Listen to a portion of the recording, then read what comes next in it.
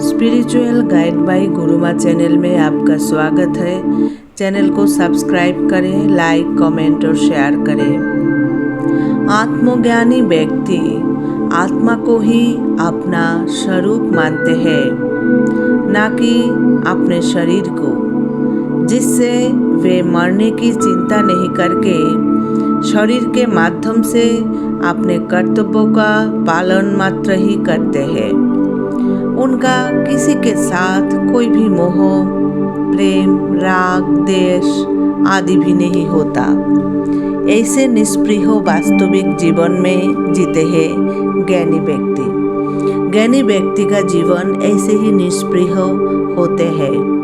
और अज्ञानी व्यक्ति जिसको ज्ञान ही नहीं है, वो कौन है? वो केवल अपने शरीर को ही वो अपना खुद व्यक्तित्व उसको मानता है। लेकिन अज्ञानी व्यक्ति अपने जीवन में अज्ञान में ही भटकते रहते हैं। जैसे मनुष्य पुराने वस्त्रों को त्याग कर दूसरे नए वस्त्रों को धारण करता है, वैसे ही जीवात्मा पुराने शरीर को त्याग कर दूसरे नए शरीर को प्राप्त होता है।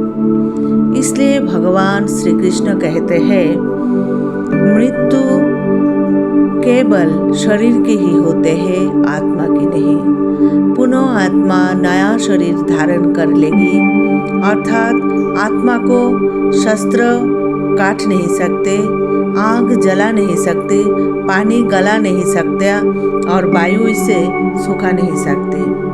अर्थात ये आत्मा इन भौतिक पदार्थों से, जैसे कि पृथ्वी, जल, अग्नि, वायु और आकाश से प्रभावित नहीं होता।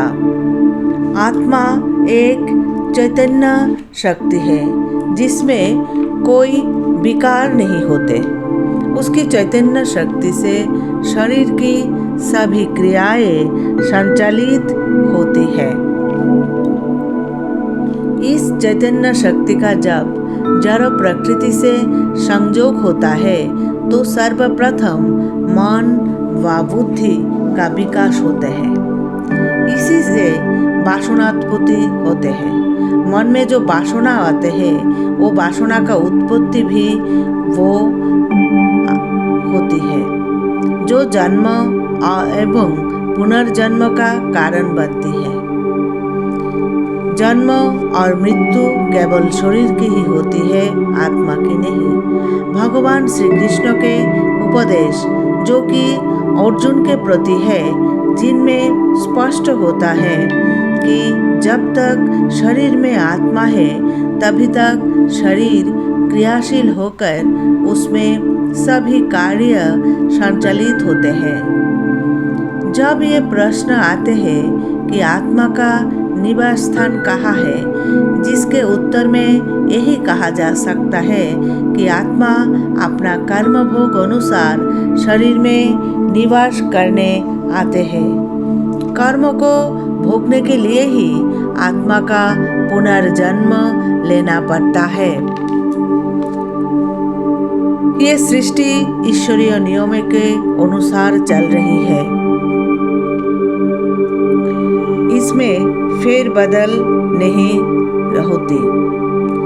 बच्चा जन्म लेता है तो उसका बालपन, जवानी और वृद्धावस्था अपने आप आती है और वो अंत में मरता भी है और मरकर पुनर्जन्म भी ले लेता है। ये काम चलता ही रहता है, जिसे रोका नहीं जा सकता। इसलिए ज्ञानी जन किसी के लिए भी मोह नहीं रखते। वो केवल और केवल ईश्वर के प्रति ही प्यार रखते हैं।